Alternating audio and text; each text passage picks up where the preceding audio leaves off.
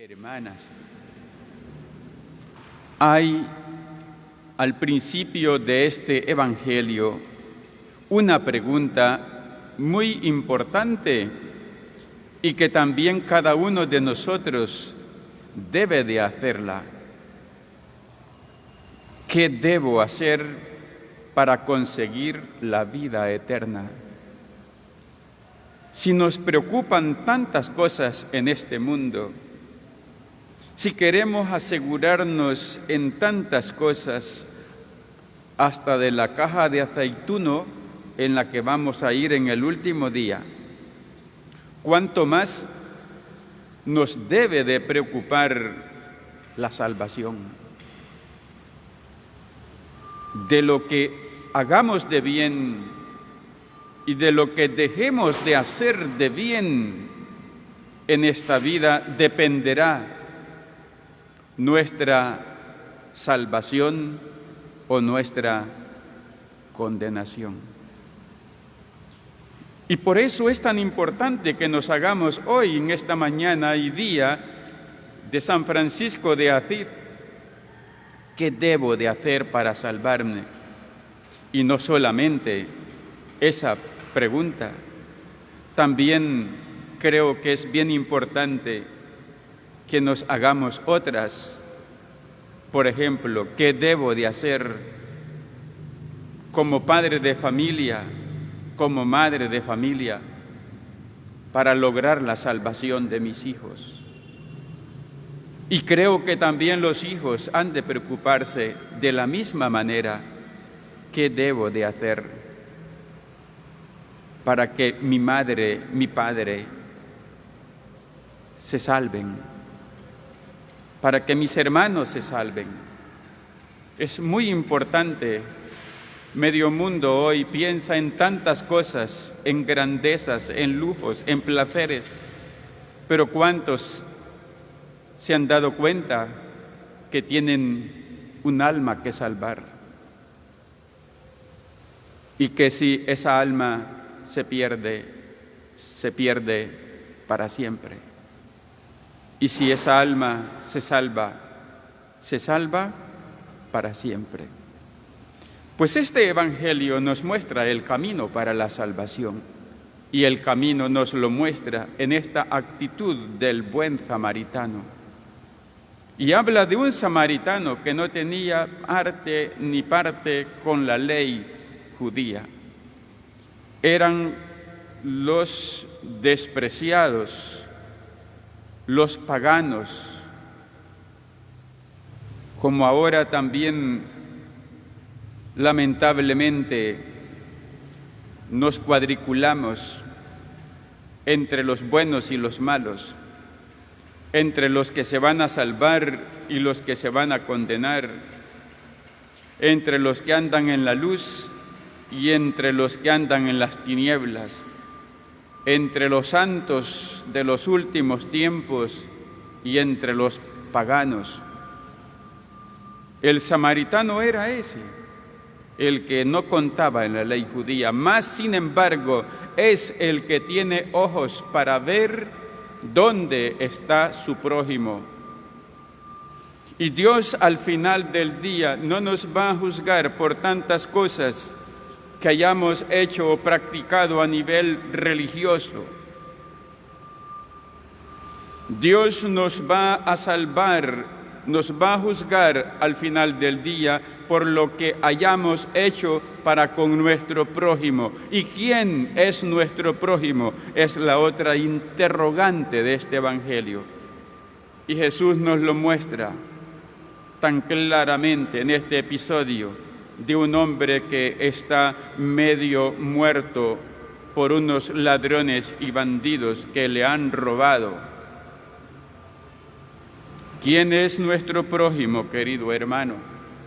Es aquel que nos cuesta ver porque no atrae. Es aquel que antes que recibir un beneficio, porque nos acercamos a Él, hay que ayudarle a Él. Es aquel porque no sabe ni quién le está ayudando, porque está medio muerto. Es aquel que quizá ni te va a decir muchas gracias porque no sabe quién lo estás vendando en sus heridas. Es aquel que quizá nunca aquí te va a agradecer porque está medio muerto. Qué importante, hermanos, es este evangelio. Esto es conversión. Y este es el único camino de salvación. Al final del día el Señor nos dirá: venid bendito de mi Padre, porque estuve enfermo y me fuiste a visitar. El camino para llegar a Dios está primero en nuestro prójimo y en el más frágil. Francisco de Asís nos da testimonio de acercarse con radicalidad al prójimo, tanto así que sus propias vestiduras las cambia por los harapos de un pordiosero que se encontró en el camino. Esto es conversión. Esto es dar un paso radical hacia Dios, a quien decimos que amamos, pero a quien tenemos que verlo también reflejado en nuestro prójimo y sobre todo, repito, en aquel que nadie quiere escuchar, que nadie quiere ver, en aquel que repugna, en aquel que da mal olor.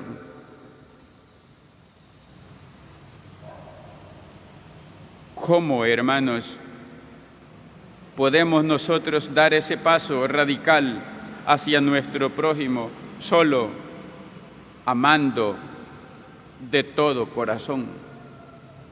¿Quién sería capaz de cambiar sus propias vestiduras con las vestiduras harapientas de un pordiosero, de un mendigo? ¿Quién sería capaz, hermanos, de cambiar su condición a la condición de un pordiosero? Eso solo lo hace el amor, como lo hizo Jesús con cada uno de nosotros, que se nos acercó porque estábamos completamente heridos y nos buscó como la oveja más perdida, pero que al encontrarnos nos abrazó y nos ha traído a la iglesia. Debemos de estar infinitamente agradecidos porque Él es el que nos tiene aquí. Y para corresponderle hemos de hacer lo mismo nosotros con nuestro prójimo y sobre todo con aquel que necesita recobrar su dignidad pisoteada por esta sociedad machista, sobre todo por aquel que nadie quiere escuchar y al que da pánico acercarse, porque acercarse supone invertir en él. Dios bendiga a todos aquellos que invierten en su prójimo más frágil y sobre todo porque invierten no de lo que los demás les dan,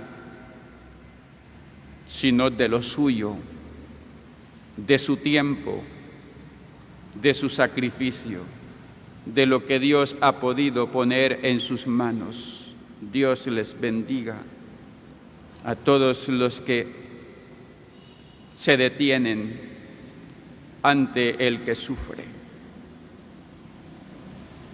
Ave María Purísima,